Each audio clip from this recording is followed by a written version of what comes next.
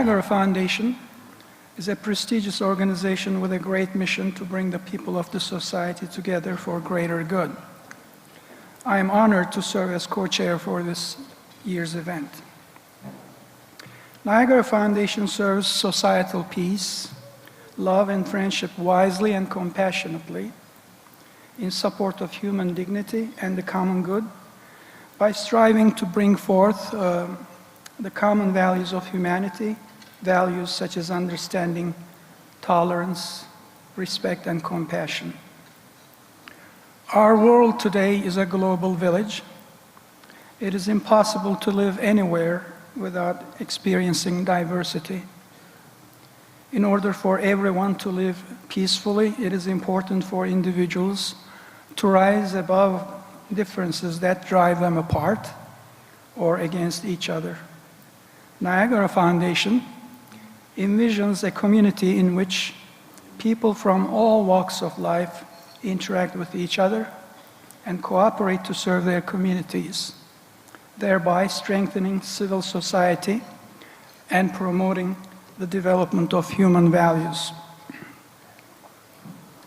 In my professional resume, amidst the technical jargon and expressions of my field of occupation and expertise, I have always made it a point to declare that I also maintain extracurricular activities relating to political and social issues of consequence to universal human values and human dignity.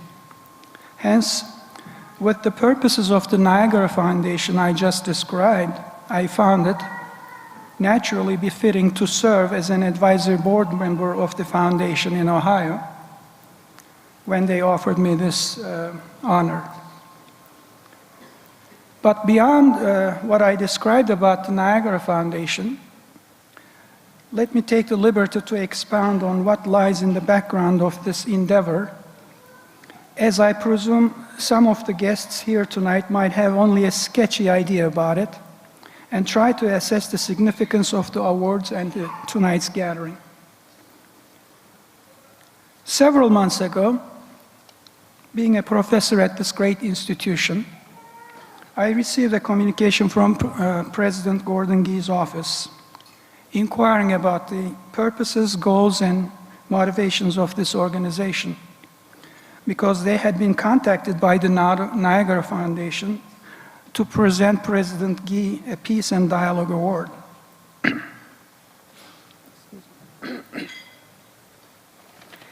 In their search for info about the Niagara Foundation on its web pages, they had come across my name as an advisory board member, so the inquiry found its way to me. I sent an email letter to President Gee's office, telling them sincerely about my view of this offer and the organization. In my recollection, here's what I had written in theme in my letter to his office, and I tailored it and enhanced it for tonight's ceremony. Actually, this particular organization and its people are representatives, members of a global movement consisting of world citizens out of the heartland of Turkey, dedicating themselves to the good of humanity by serving as global educators and teachers without borders, espousing highest human values. These are the people who have, these are the people who have opened up elementary schools, middle schools, high school, all across the globe in more than 100 countries. Actually, closer to 130 countries. The total number of schools nearing 1,000. All of these people are volunteers, dedicated to serve mankind as agents of love and peace, leaving their homes and families behind.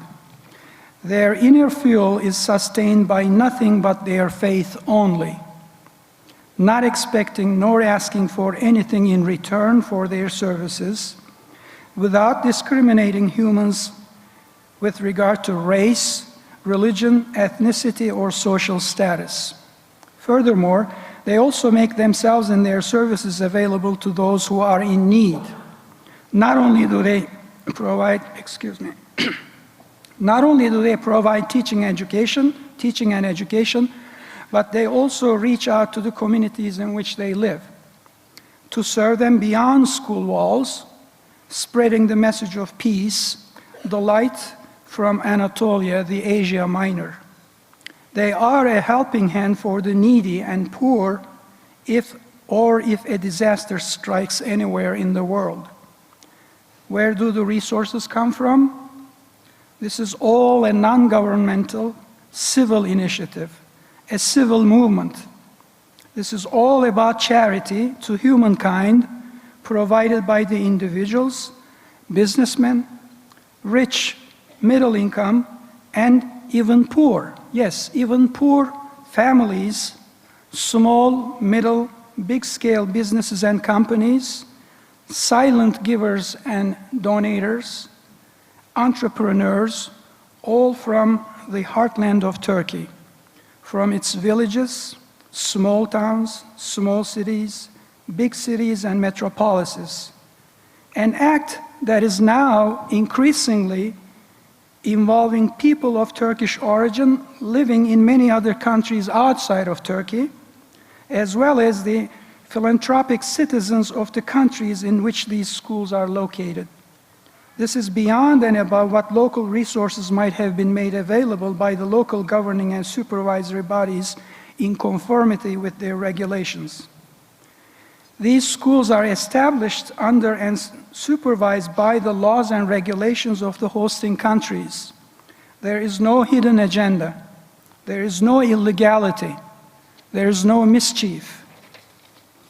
But respect for the host country's values, laws, and regulations while promoting peace and friendship via dialogue and service.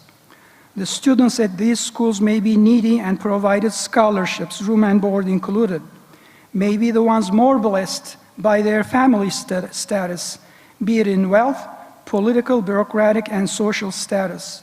In most countries, these schools are the most competitive, academically the best and most prestigious, and it is often a privilege to graduate from one of them. This has been going on around the globe for almost 20 years now on all continents. We see nowadays in many of these countries many prominent or stars-to-be young individuals in business, in community service, in bureaucracy, even in politics as graduates of these schools. These graduates all are bestowed by the highest regard for peace, love, humankind, and human dignity, thanks to their education and their teachers from some far corner of the world. They now practice what they have learned and observed as examples personified by their teachers and these volunteers. The Niagara Foundation is an offspring, a branch of this global movement. The individuals who are running this operation are these volunteers themselves. The vision and mission of the Niagara Foundation are their statements to the fellow citizens of the world and to the communities in which they serve. Excuse me again. Niagara Foundation annually awards individuals and organizations who have contributed their time, energy, leadership, and dedication to the cause of dialogue, peace, understanding, and community service on a special program called Niagara Peace and Dialogue Awards. I had concluded my letter to President Guy's office with the following statement. I can state without any reservation that President Guy should be honored to receive such an award from these people. Conversely, they, the Niagara Foundation, would be honored by a person of stature such as President Gordon Guy by personally accepting their award to give them a renewed spirit and sustained fuel in their mission of peace for humanity. This meaningful ceremony here tonight highlights the courageous and dedicated leaders who utilize their professional skills, institutions and agencies in service, in deeds and in actions, paralleling the mission and vision of this organization. I am honored to see that President Guy and the other honorees who are here tonight accepted to receive their Niagara Peace and Dialogue Awards. This year's honorees are, for the Niagara Lifetime Leadership Award, Gordon Gee, President of the Ohio State University, and I might add, the President of the Universities of the United States of America. For the Niagara Global Vision Award, Columbus Council on World Affairs, represented by Patrick Terrain. For the Niagara Commitment Award, Clarence Mingo, Franklin County Auditor. And for the Niagara Education Award, Gerald Stibleton, representative of the State of Ohio Education Committee Chair. All of these fine gentlemen illustrate what it means to lead by example. Each honoree has demonstrated his belief in service to humanity and their community. We recognize that our Columbus and Ohio would not be as great without their contributions. And dear guests, please enjoy your dinners tonight, and you have already done so, and ponder about whether you can be a part of such deeds and accomplishments someday in the future if you have not already done so. We must lead by example so that each and every man, woman, and child in this world who seeks a future of peace and dignity can see it achieved in this their lifetime. The diversity of peoples represented around us and in our communities must be our strength, not a weakness. Through such dedication and actions as those of the Niagara Foundation, it is our hope that humanity will emerge stronger and more united.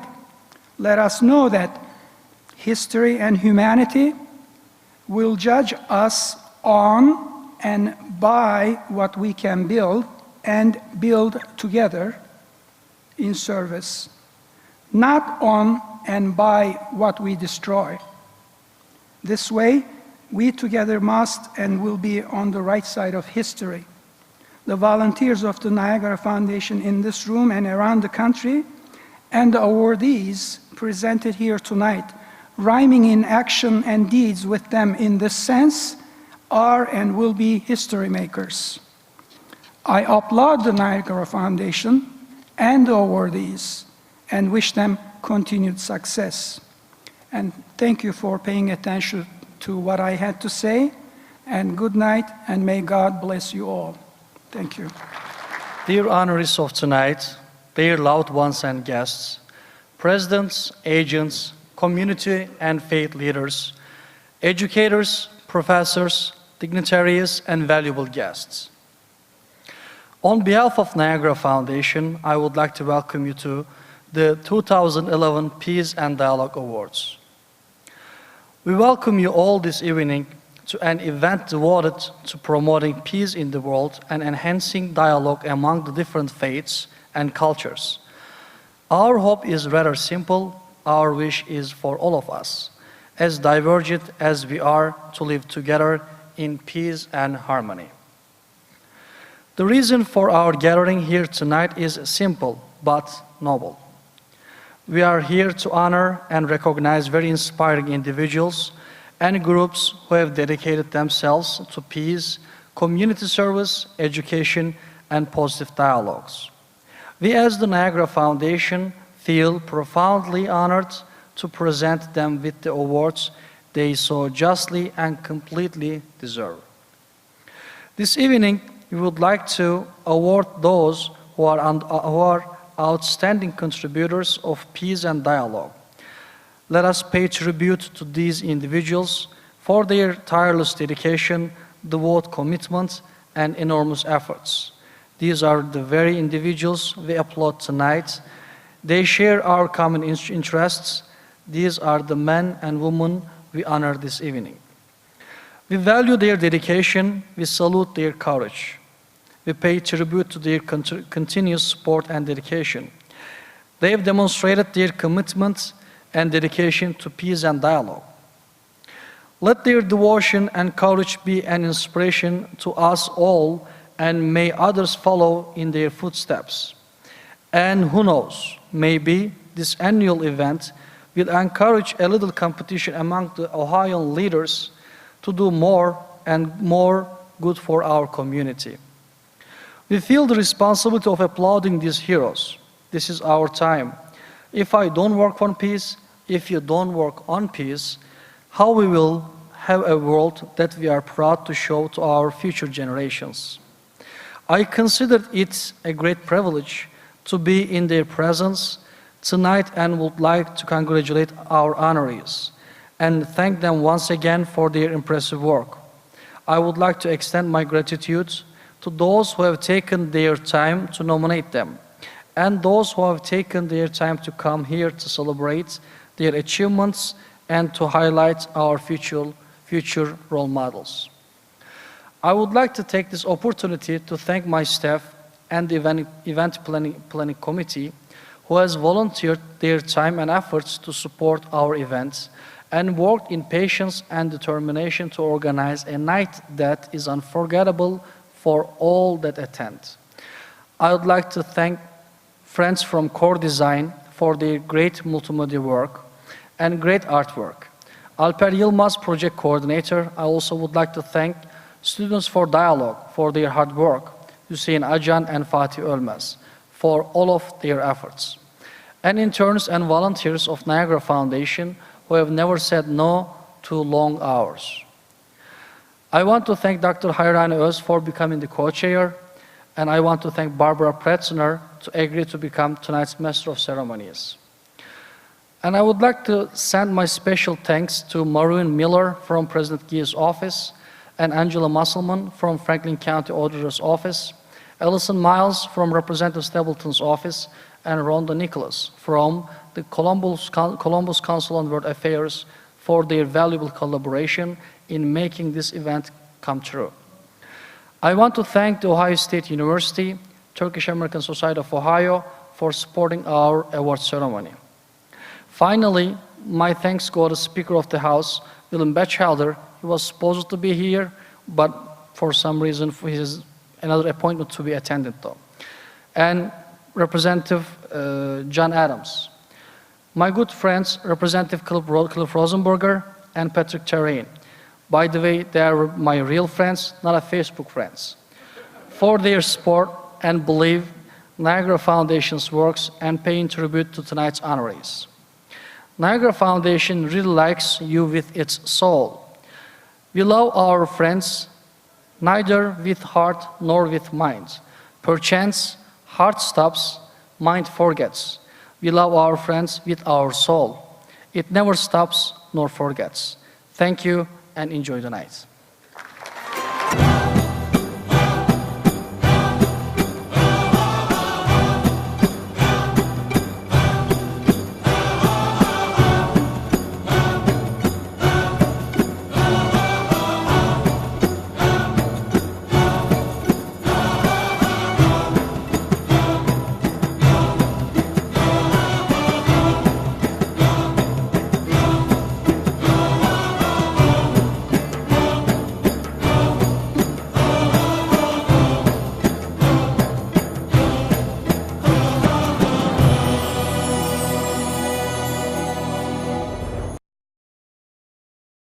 The Niagara Lifetime Leadership Award. It will be received by Dr. Gordon Gee, President of The Ohio State University. President Gee is not with us tonight, and Provost Joseph Aludo will accept the award on behalf of President Gee. I invite Representative John Adams to introduce President Gee's background and to present his award to the Provost. Representative Adams is the Majority Whip of the Ohio House of Representatives.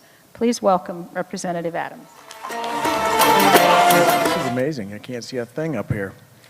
But on behalf of Speaker Batchelder, I am honored to present this award to the Provost of Ohio State University.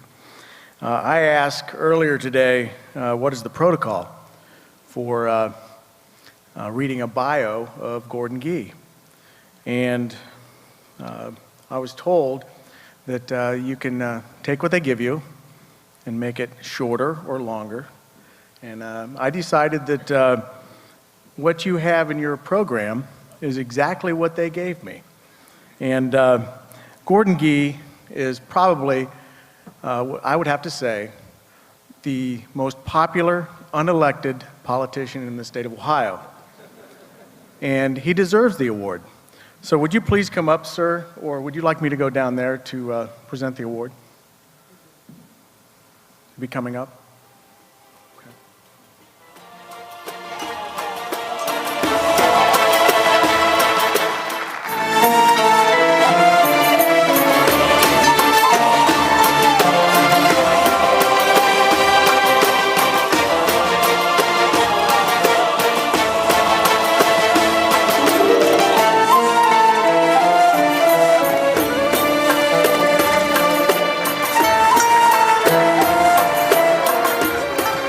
I would have to say that's probably a very short bio of Gordon Gee, but I'd have to say that you're not Gordon Gee, and I'm not Speaker Batchelder.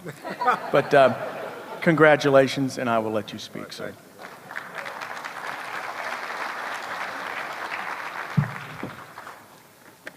Thank you very much. On behalf of President Gee, I'd like to take a moment to thank the Niagara Foundation for hosting this very important event. I also know that Serkan Aykan, as Executive Director, has been essential in facilitating Ohio State's expanding engagements in Turkey, and we're grateful for that support. And I'd also like to, of course, to congratulate the other individuals who have been recognized this evening. Dr. Gee is certainly an excellent company. Ladies and gentlemen, it's my great honor to be here this evening to accept this Lifetime Leadership Achievement Award on President Gee's behalf. It's particularly appropriate to be receiving this recognition in our beautiful Ohio Union. This union is really a symbol of unity for students, for faculty, for staff, and perhaps most importantly also for our community. I certainly can't think of anyone more deserving than Gordon Gee to receive an award acknowledging leadership and commitment to a global perspective. As you heard earlier, Gordon Gee has an impressive resume when it comes to leadership. A university president for more than 30 years, he now leads one of the nation's largest and most complex public universities. In pursuing these responsibilities, he's tireless, he's focused, he's persistent, and he is a fierce champion of the Ohio State University and of global education. President Gee and I are both fervent believers in the value and the necessity of graduating citizens of the world, and we travel extensively to advocate that view. We're working aggressively to internationalize the curriculum to which every student is exposed and involved, to strategically target our engagements around the world, and to ensure that all of our young people are fully prepared to lead in a global context. During President Gee's visit to Turkey this past July, he visited Koç University in Istanbul to discuss student exchange programs and many different research collaborations. He also met with Senye Yalçin, the director of Bahçeşehir University, to talk about partnering on a new study abroad program. These discussions will continue when Rector Yalçin visits our campus next week. As you may know, Ohio State opened a China Gateway office in Shanghai a year and a half ago. Its success has led us to plan the opening of our second Gateway office, and this time in Mumbai, India, and that will take place next March. But we're also exploring the possibility of opening a global Gateway office in Turkey in the near future. These initiatives underscore our global intentions and also reflect a university that is already thoroughly grounded with an international perspective. And let me give you a sense of that in a very brief way. Ohio State today, as a global institution, we have 5,000 international students on campus. We speak 100 different languages on campus. Our faculty hail from nearly 100 different nations, and our alumni live in more than 150 countries. More than 2/3 of the Ohio State faculty have been involved in international professional activities. We offer more than 800 courses with an international content, and 30 different languages are offered in more than 600 different courses on this campus. We're now the first comprehensive university to ask all of its students, to acquire a passport. It's not simply about study abroad, but it is about opening up possibilities to young people, carrying this university to the world, and perhaps most importantly for all of us, bringing the world back to Ohio.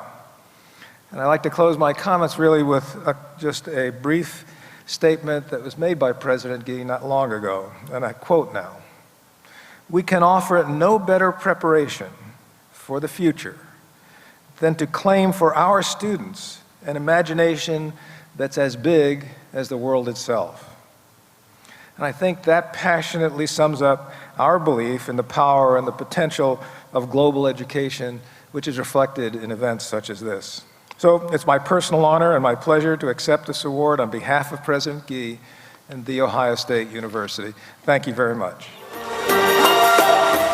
As a graduate in international studies from The Ohio State University, I'm particularly delighted to have a role in President Gee's award. Congratulations to both President Gee, and thanks to Representative John Adams and to Provost Deluto. Tonight's Global Vision Award goes to a well-known institution, the Columbus Council on World Affairs. Patrick Therrien, President and CEO of the Columbus Council on World Affairs, will accept the award on behalf of the whole council. And I invite Mr. Doug Matthews to present the Global Vision Award. Mr. Matthews is Senior Vice President of the Charlie Group and a board member of the council. Please welcome Mr. Matthews.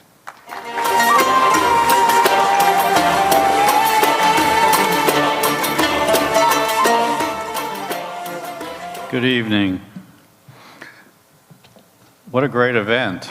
I just want to congratulate the co-chairs on producing an excellent venue and format for a celebration of these honorees. I didn't see on the agenda, though, when Dr. Roz is going to dance for us. So I'm hoping that comes up. 37 years ago, 12 forward-thinking business leaders founded the Columbus Council on World Affairs in an effort to educate community leaders about the increasing diversity within the Columbus area and the world and international linkages. Today, the Council continues this mission by increasing global awareness through its educational programs for students, teachers, the community, and business leaders. I am proud to be a board member of the Council of World Affairs, and along with my fellow board members who are here in attendance tonight, I am proud to introduce its dynamic leader, Patrick Therrien. Patrick has transformed the Council into a community force that challenges its leaders and organizations to understand global linkages and to adapt to constant change in the global environment we live in. He serves as an international education advisor to the Ohio Department of Education, as well as a member of the International Education Committee for the World Affairs Councils of America in Washington, D.C. Patrick frequently speaks to national and local organizations and audiences on nonprofit management, international engagement, global trends, and the impact of globalization on education. With a degree in international politics from Georgetown University School of Foreign Service, Patrick worked in Washington, D.C. for the U.S. Agency for International Development, facilitating U.S. environmental exports to Asia. Patrick has lived, worked, and traveled to Indonesia, Korea, Singapore, Thailand, the Philippines, France, the UK, and China. He and his charming wife, Carly, live in Worthington with their two sons, Colin and Liam. Please join me in welcoming the President and CEO of the Columbus Council on World Affairs, Patrick Therrien.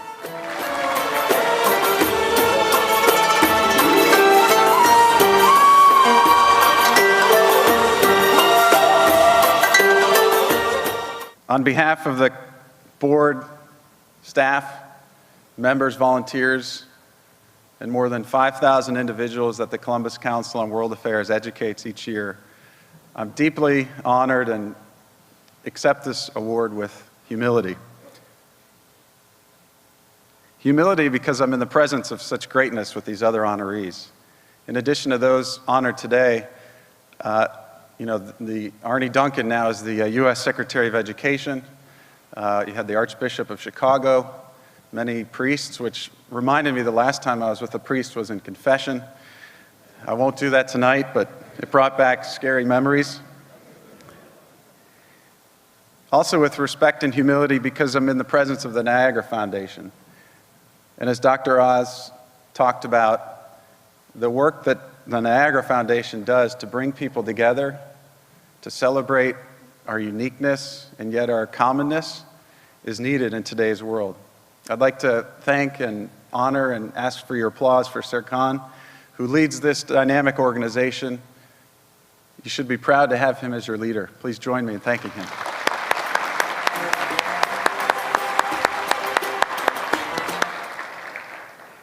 He also knows the best Turkish restaurants, feeds me very well, so thank you for that as well. I'm also here with respect and humility because I'm in the presence of our board members, volunteers, members, including my wife Carly. If those of you that are here on our behalf, please stand. I'd like to recognize you. You know who you are. Please join me in thanking them.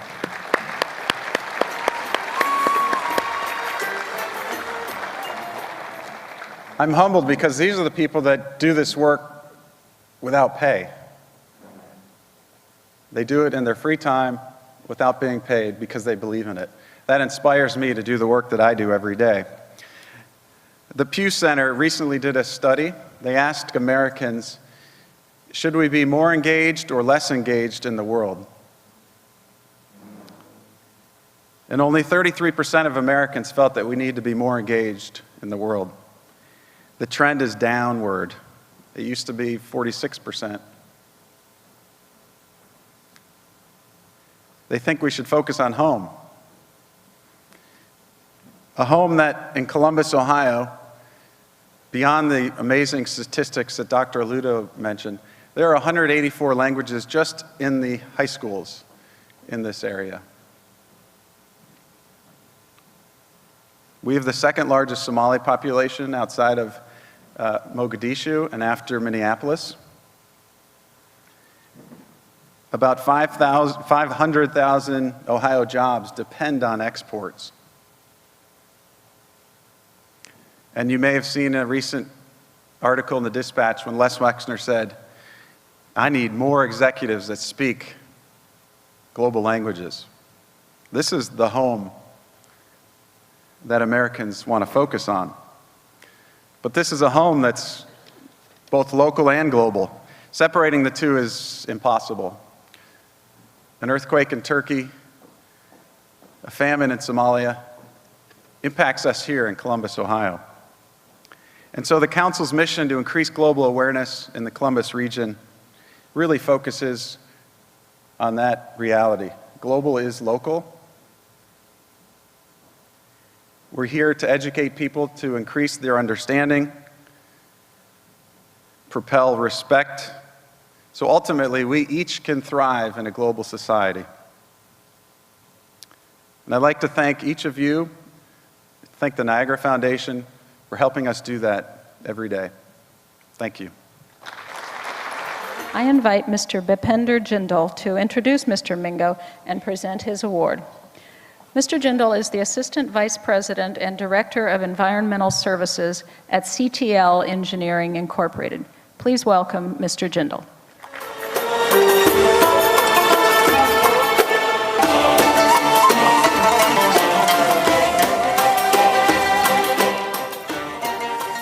Well, thank you. I have heard speeches from Dr. Oz, I heard from Barbara and Serkan, and I also read the vision statement and mission statement for Niagara. And I liked everything except one, and that was the use of word tolerance. And the reason is that just a few days ago I told my wife that I have tolerated you for 30 years. And for some reason, she didn't find much humor in that. Maybe we can change that word to acceptance, where we accept each other with all of our faults and all of our goodness. Well, that was out of a script. What I want to do is tell a little bit about Clarence Mingo. But before that, maybe share a very short story with you.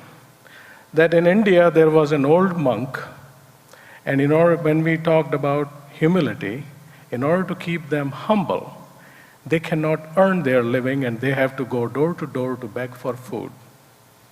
So he goes to this door, knocks on the door, and the lady comes out, and she gave some food to him. And while he is eating that food, there was a funeral procession going. And the lady said to her 12-year-old child, "Son, go out there and find out if this guy is going to heaven or hell." And the monk says to himself, "How can that be?" Well, the kid comes back in a few minutes and says, "That guy is going to hell." As the story goes, another procession goes by, he goes again, and he says, "Oh no, that guy is going to heaven." So the monk finally could not contain his curiosity and said to that lady of the house that, "I have been monk for decades. I have studied scriptures under various gurus, and I cannot tell who is going to heaven and who is going to hell. And you taught this 12-year-old child to just find out?" He says, "Well, it's very simple." He just walks along with the funeral, finds out what people are talking about. If they say, "That guy was very nice, he made a difference in a lot of people's life, and we are really sad to see him go, he is going to heaven." And if he was, as French will say, then he's going to hell.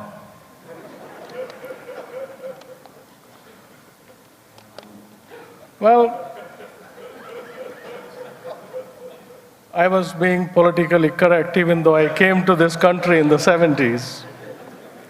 So the thing is that our destiny is determined by not only what we say, but also by what we actually do in our lifetime.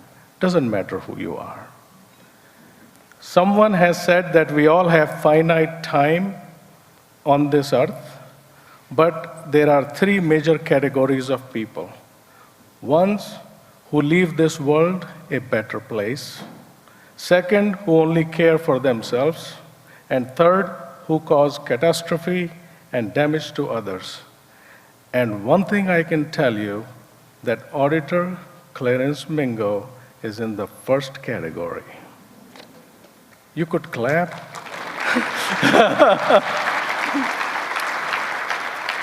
Well, we all have the tendency to do good or bad. Teachings, training, environment, and circumstances will affect those tendencies. Because human beings look at the world's reality from inside out. So there are differences, and these differences can only be reconciled to the extent possible when people communicate with each other with good intent and goodwill.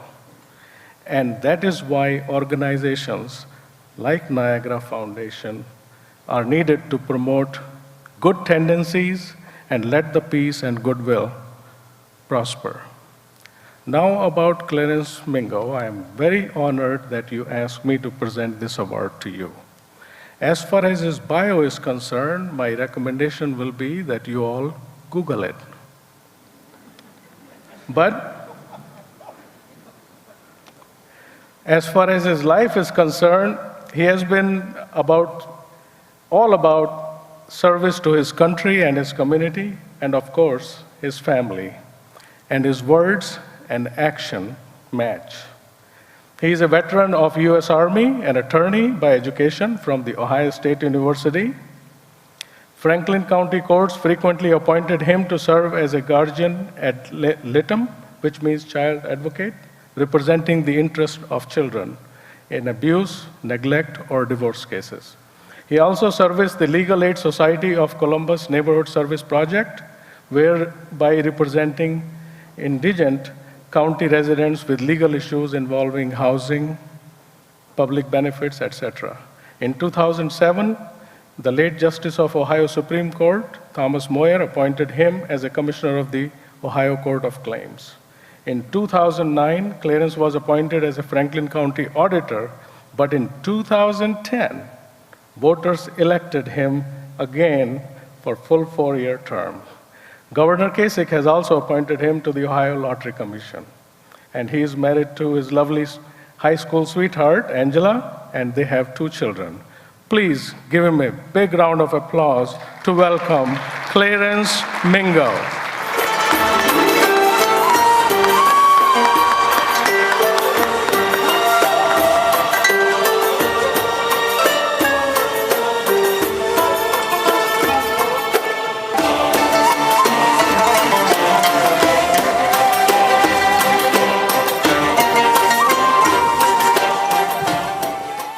Well, good evening. I'm Gordon Gee, right?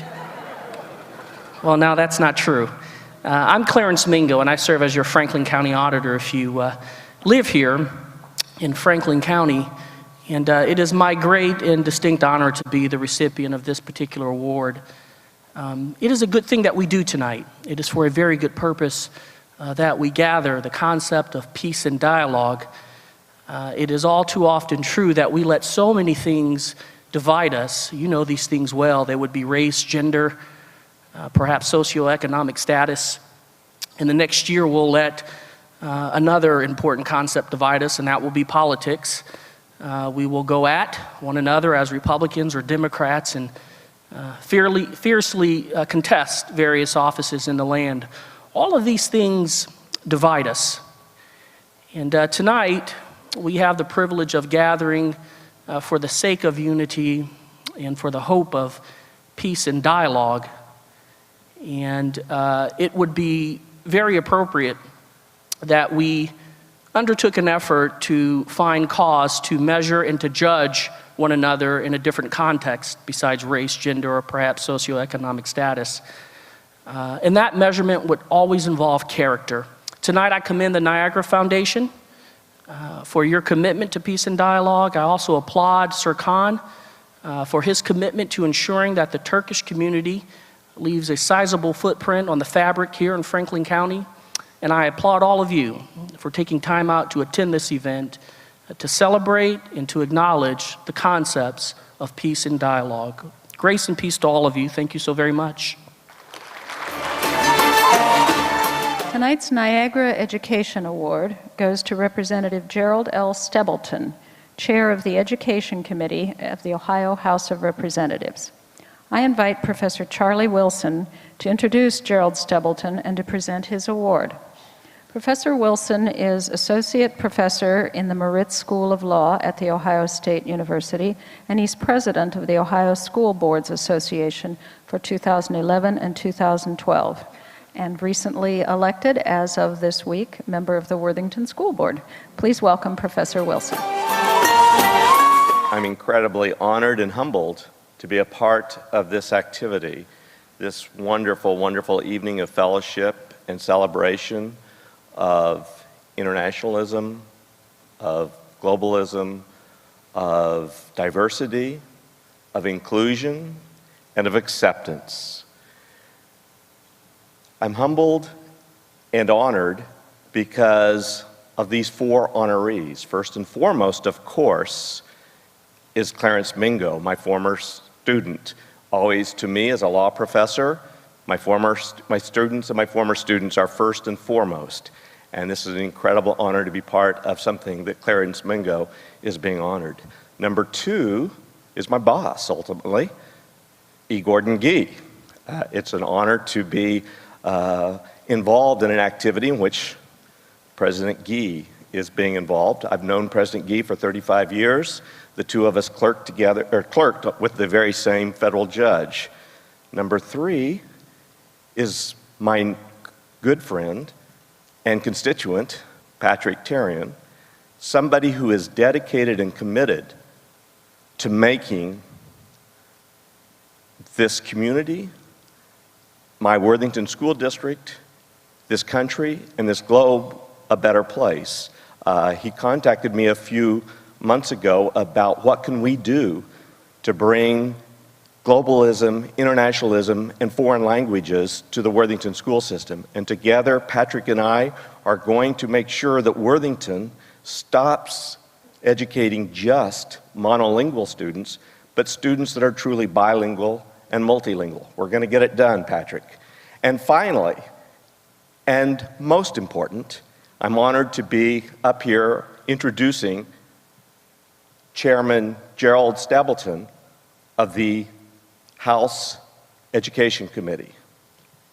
Chairman Stapleton has an incredibly important and vital role to the future of each and every one of us. In his hands are the futures of 1.9 million public school children in Ohio.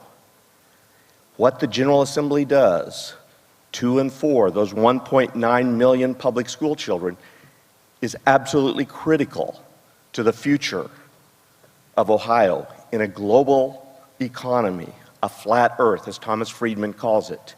We cannot begin to compete without the absolute best public schools and without the best possible education for our 1.9 million public school children. State Representative Stapleton was sworn into the House of Representatives for the first time in 2007, and he's currently serving his 3rd term in that Ohio House of Representatives as a representative of the 5th House District, which encompasses all of Fairfield County. Chairman Stapleton is a graduate of Lancaster High School, and he received his bachelor's degree in engineering from The Ohio State University and his law degree from Capital. We can forgive him for that because he was going to Capital Law School as a part-time night law student while working full-time as an engineer during the day. And The Ohio State University does not offer a part-time program, so he will be excused for that. But I know many, many graduates of Capital Law School, and it's a phenomenal law school, and it turns out tremendous graduates. And Chairman Stapleton is just one of those. In the Ohio House, Chairman Stapleton is the chair of the Education Committee.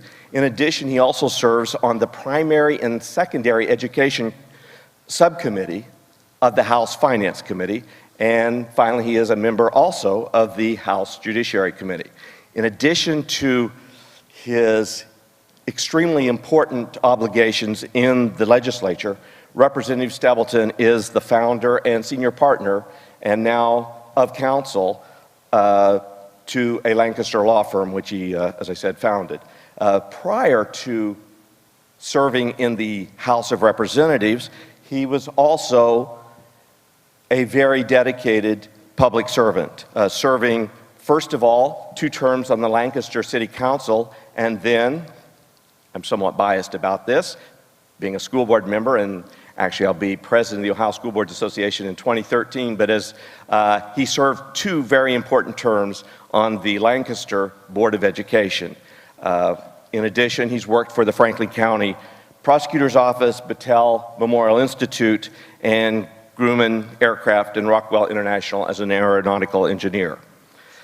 In addition, Representative Stapleton is a member of the American Bar Association, the Ohio Bar Association, and the Fairfield County Bar Association, and serves and has served in leadership positions in a number of community organizations in Fairfield County and Lancaster. No question about it. Most importantly, he and his wife, Rebecca, a truly wonderful person I just met tonight, charming, I just enjoy her, and the 2 of them have been married for 48 years, so a wonderful accomplishment, and have 2 adult children, and most importantly, a granddaughter.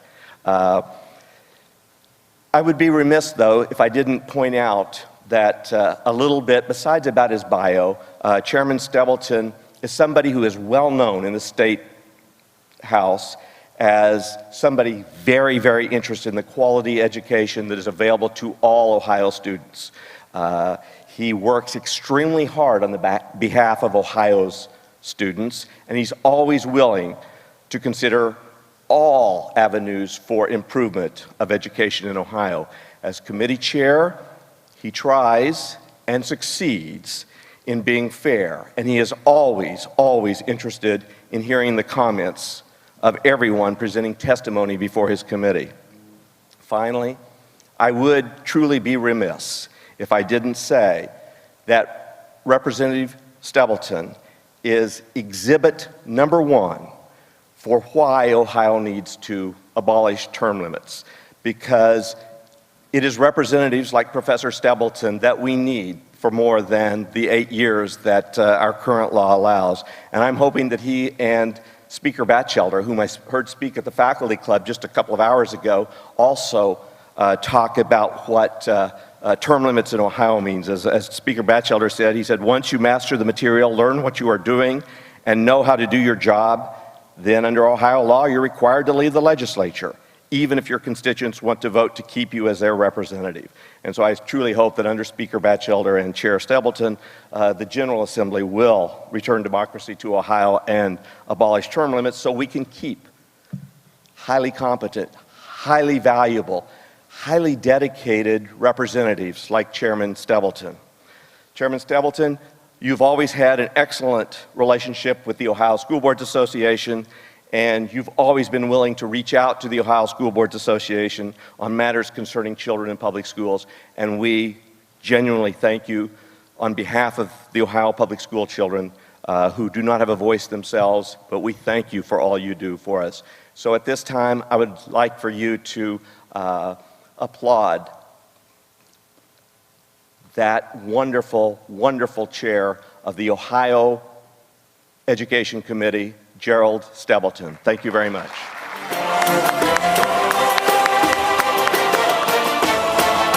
I just got to know you tonight, and I know a whole lot more about you now than I probably ever will. But we'll see each other a lot in the State Department of Education meetings. I serve as an ex officio member, as a member of the House Committee on Education.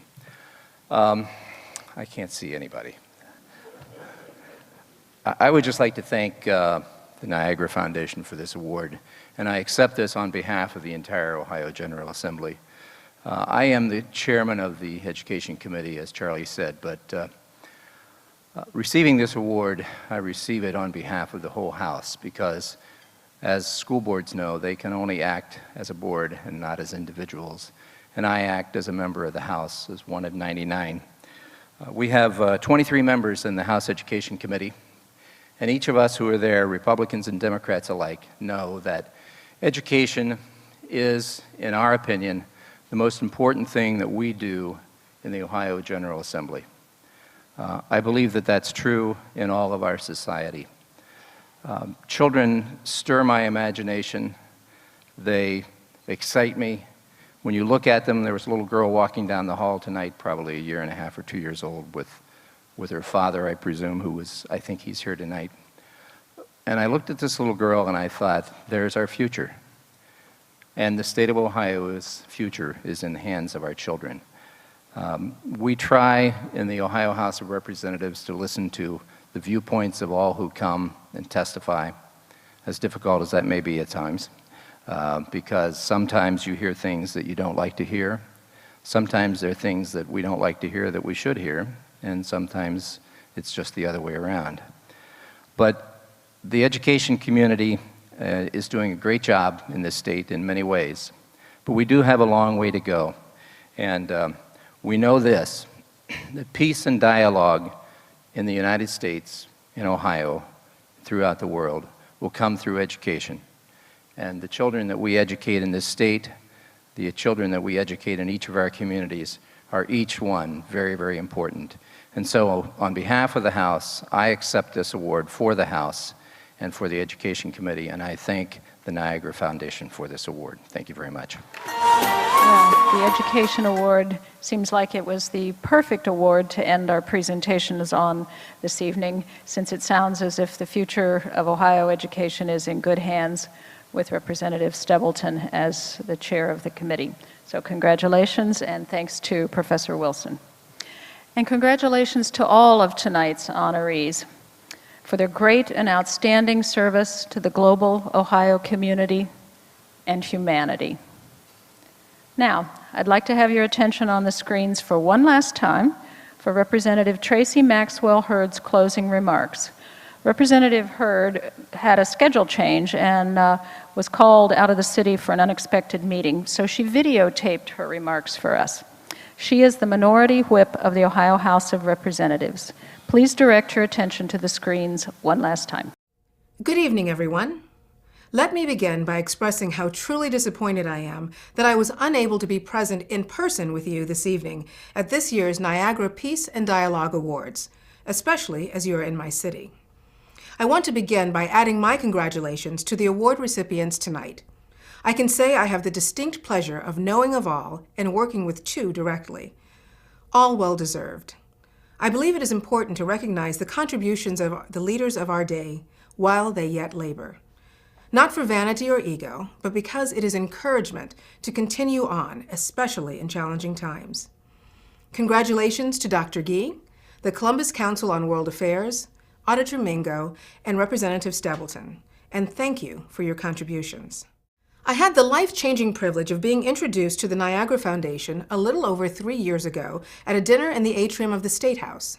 Since then, there have been lunches and conversations, presentations and receptions, and most recently, a once-in-a-lifetime fantastic trip to Turkey. I have been led through or invited to most of these activities by a gentleman who has become a very good friend, Serkan Aykan. I will be forever indebted to him as he has connected me to something I believe will be a part of my life and work indefinitely. By learning about the Niagara Foundation, I have learned about Fethullah Gulen, the inspiration for this movement. I wish I had time to discuss the similarities of the many men and women throughout history that have taken on this work of peace and brotherhood building that we continue to struggle with today. History repeating itself and sending forward strong new leaders, faithful to the cause of social, political, racial, and religious rights. The charge is universal and recurring throughout the ages. I am the beneficiary of two vitally important movements in my country, the women's movement and the civil rights movement. During the latter, it was the work of blacks and whites, Muslims, Christians, and Jews together that delivered the success and freedoms that we enjoy today. I recognize that there are always others who come forward to echo the righteousness of a cause, those who don't have to do it for themselves, but understand what Gandhi, who was the embodiment of peace, once said. Injustice to one means an injustice to all, and what he meant by that.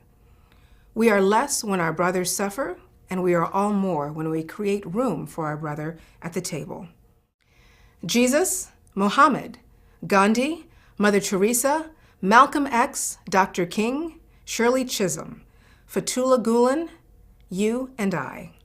From the greatest and most sacred to those here in the room this evening, there remains a charge to keep. I look forward to partnering with the Niagara Foundation and bringing my Christian, female, African-American perspective and learning more than I know I will ever contribute. My favorite book of the Bible is Esther, and I draw from it often, for the key theme is being available for a time such as this. That is the opportunity we all have here this evening. I am honored to stand with you in these precarious and uncertain times, and I ask you all to consider the times. Consider your presence here this evening, as there are no accidents or coincidence. And finally, consider what you can offer to this unique opportunity to change our world, heal our world, and bring peace, not just for us, but lasting peace for future generations. Regardless of our religious denominations, we share one great common denominator, that being our charge to love one another.